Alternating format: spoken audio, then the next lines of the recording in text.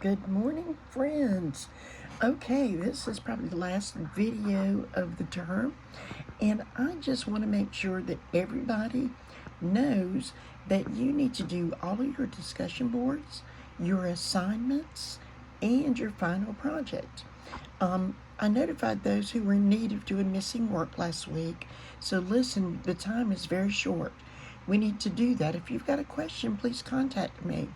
Like somehow if you don't know how to find your grade or how to find what you're missing, well, you can easily find what you're missing when you look under the grades section. There's a grade book section at the top. Click on that and take a look at it.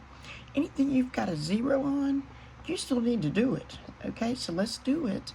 The later you have waited to work on things, not the worse, the less points you're going to get on that.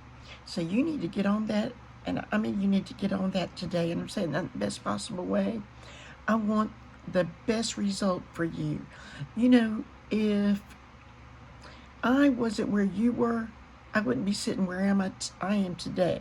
I was in school a very long time. I got very tired. I know you're tired too. I get tired as a teacher. I understand it. I understand the procrastination sometimes.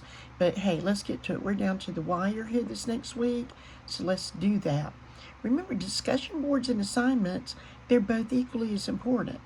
I've warned about this and written about this. If you're only doing assignments or discussions, and then skipping around at that, the discussion category, all of those together, is worth 45% of your grade. The assignment category together is worth 45% of your grade. Right there, that's 90% of your grade, okay? Discussions and assignments. Then your final project is worth 10%. And I have given you examples, just written out in its own little thing, final project examples. And I noticed that I put on one of their final project or final exam examples, but it's final project examples. We have the project in lieu of a final exam, in person, because we're trying to recap the term. All right, now about that project, please look at all different requirements. Please don't forget the pictures on that. Now, I don't care if you put the pictures throughout, like I have in one of my examples, or if you make a page with pictures, but to me it makes more sense to put them with the period of time that you're doing. But if they're all on one page, you need to label those properly, okay? And when I tried to pick out things for a final project, I, tried to make it review and a little bit of newish stuff too, and make it interesting. I do not mind if you use any of your older work, but you've got to recite that, all right?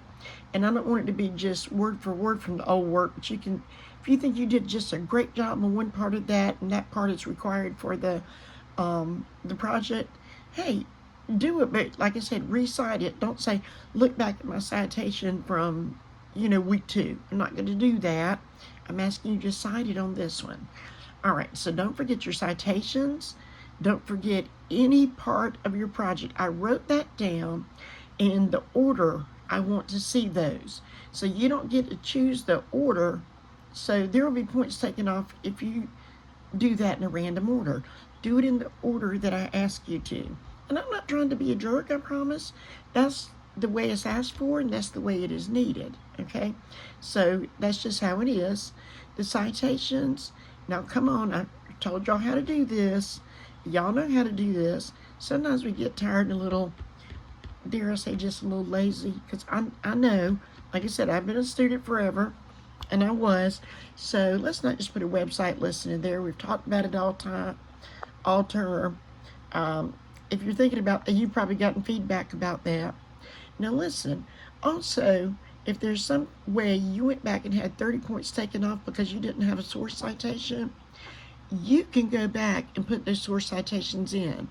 I think maybe I've had 4 people do that between all of my online classes this time when the feedback was very clear. So you can't go back and make up something that you turned in 5 weeks late, the points I took off for that. but you can go back and put a full source citation, and that might help you some. All right, now, I want the source citations, like I said, more than a website listing. They don't have to be absolutely perfect, but they do need to have like the day you retrieved them, the day they wrote them, author's name if possible. And once again, I will say you can use the free citation maker. All right, so if you're using the free ones, you might only can do a couple of source citations, then have to wait 24 hours. So you can use more than one. You can use what you're used to. And also, whenever I tell y'all, give you websites, to help you out on an assignment or discussion, okay, that's just to help you out. You can do your own research. And I know, especially if you're in a high school, a lot of things have been blocked. And I'm sure you know why, and I know why too, and they're distracting and harmful. You know the drill. You can use any of those that you don't have blocked by your school. If you're dual enrollment, look that up. There's all kind of good encyclopedia sources and things like that that you can use off of there. You don't have to use mine. So I wouldn't be able to imagine if anybody had blocked, Britannica, like Encyclopedia Britannica, and you can still get to most of that for free. So I'm just saying, or if you have to do some of it at home, you have to do some of it at home. And I think most of you are doing that at home anyway. All right, now, I would like for you to use Word. I know with the Chromebooks, Google is probably more readily available. But you have to understand, you can't just turn this in at the last time on Google and not give me access and pass. So I like Word because it's compatible with Blackboard. If you use Google, you've got to give me access to it. A lot of people turn in a project, they don't look back at their email or anything. And I might have been writing you and saying, hey, you have got to give me access or I can't give you a grade. So you've got to give me access. I just cannot even stress that enough, because I'll make videos like this or I'll put it in writing and I'll have half the people still not giving me access. So you don't want to do that. All right, so I don't mean to be too fussy. I want you to do well. I want you to do the projects according to the instructions, and I want you to make up work that you need to make up. Okay, thank you so much for listening. I know this is a little bit long. I hope that you're well. I hope you're safe. And I hope your term winds up well in all of your different subject areas. And again, I thank you for being here.